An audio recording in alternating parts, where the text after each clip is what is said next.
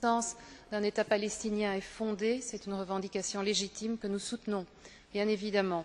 Mais c'est parce que je crois à la justesse de cette cause que je pense aussi qu'une solution pour le Proche-Orient passe impérieusement par la reprise des négociations. Et on le sait, et ce depuis au moins les accords d'Oslo, les actions unilatérales n'ont jamais, au grand jamais, fait avancer les accords de paix. Les médiateurs dans ce conflit d'ailleurs, le Quartet, le Conseil, martèlent cette conviction.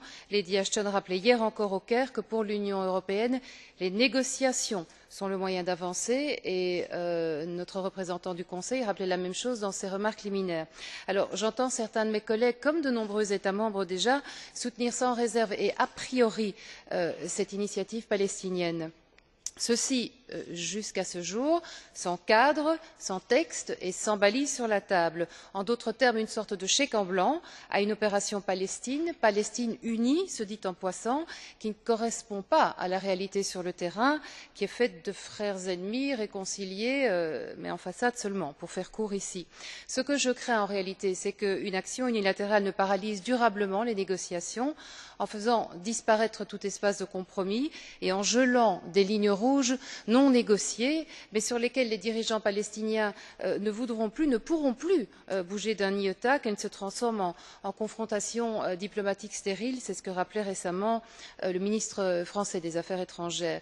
Et s'il n'y a pas de position commune européenne aujourd'hui, c'est parce qu'il n'y a pas de texte, justement. Et je rejoins Mme De Keyser et tous les autres orateurs qui l'ont répété, aucune résolution à quelques jours seulement de l'annonce prévue. Or, je suis convaincue que tout va dépendre de ce texte, de ce que les Européens arriveront à convaincre les Palestiniens d'y mettre, mais aussi de ne pas y mettre. C'est dire le levier que doit avoir l'Union européenne, bien entendu, si elle accorde ses violons.